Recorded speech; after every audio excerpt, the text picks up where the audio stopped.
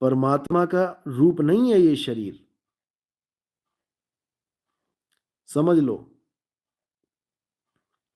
जैसे एक जल है और हजारों घड़े हैं अलग अलग डिजाइन के, तो कोई कहे कि जल तो एक ही है लेकिन उसके रूप अनेक हैं, तो ये महामूर्खता है, समझ लो। जल एक है और एक ही रहेगा, रूप अनेक घड़ों के हैं जो टूटेंगे बनेंगे, टूटेंगे बनेंगे, टूटेंगे, लेकिन जल हमेशा एक सा ही रहेगा।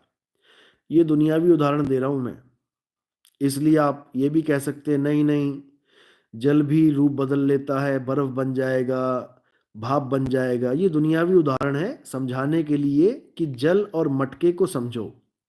मटके के अनेक रूप हो सकते हैं, लेकिन जल हर मटके में एक सा ही दिखाई देगा। इसी प्रकार परमात्मा जो है वो एक ही है, तत्व रूप में विराजमान है, और शरीर अनेक है। लेकिन कोई कहे कि परमात्मा के रूप अनेक हैं, तो ये अज्ञान है,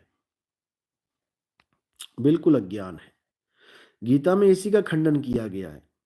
उसमें बिल्कुल क्लियर कर दिया गया है कि जो मुझे शरीर रूप में जानता है, जो मुझे एक इंसान के रूप में जानता है अर्जुन, वो मुझे जानता ही नहीं कि मैं क्या हूं। यानी पानी कह रहा है कि जो मुझे घड़ा समझता है, पानी ये बोल रहा है कि जो मुझे घड़ा समझता है वो मुझे जानता ही नहीं कि पानी होता क्या है, समझ लो।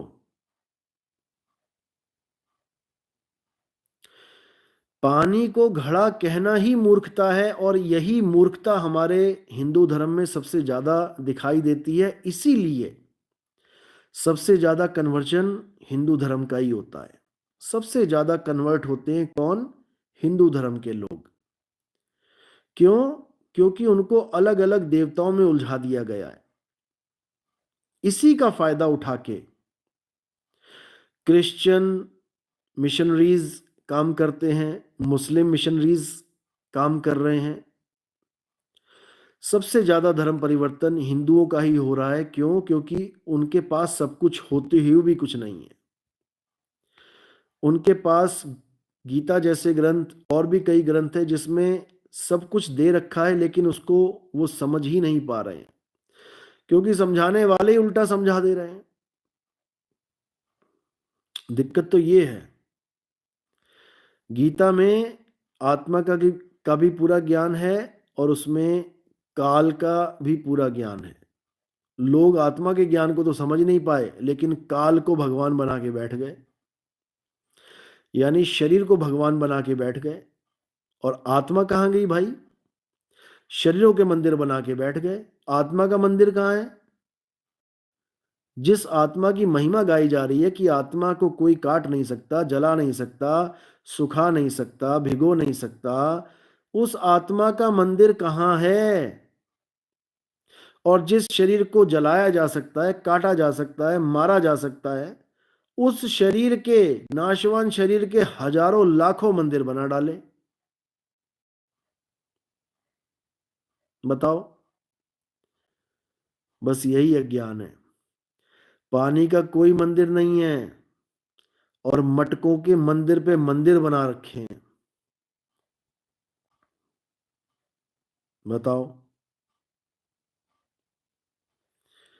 अभिषेक वर्मा, गुरुजी आप ये बताइए कि भगवान विष्णु ही परमात्मा है, क्योंकि विष्णु पुराण में उनको ही सुप्रीम पावर बताया गया है। भाई आपने विष्णु पुराण पढ़ा इसलिए आप बोल रहे हैं। आप शिव महापुराण पढ़ोगे ना, तो उसमें विष्णु जी को तो और छोर नहीं मिल रहा है। उस कमल नाल से लेके कमल के फूल के ऊपर से लेके नीचे तक ब्रह्मा विष्णु ढूंढने में लगे हैं, इसका और छोर क्या है? दोनों को नहीं मिला और छोर, समझ लो। और एक जगह स्टोरी आती है कि ब्रह्मा और विष्णु जी आपस में लड़ पड़े कि मैं तेरा बाप, मैं तेरा बाप, मैं तुझसे बड़ा, मैं तुझसे बड़ा। बीच में शिवलिंग खड़ा हो गया, ज्योति स्वरूपी शिवलिंग। और छोर नहीं मिला उसका कि कहाँ से कहाँ तक जा रहा है, तो दोनों का घमंड टूट गया। पढ़ो उसको भी, वो भी उसी लेखक ने लिखा है जिसने विष्णु महापुराण लिखा है, वो किसी ने अपने घर में बैठ के नहीं लिखा है। और जब तुम श्रीमद् देवी भागवत महापुराण पढ़ोगे तो तुम्हें तीनों ही बच्चे दिखेंगे, ब्रह्मा जी, विष्णु जी, महेश जी, जिनको निद्रा में रख के सुला दिया गया, पैदा करके सुला दिया गया। और जब तीनों उठे तो क्या क्या हुआ वो सब उस ग्रंथ में है, पढ़ लेना।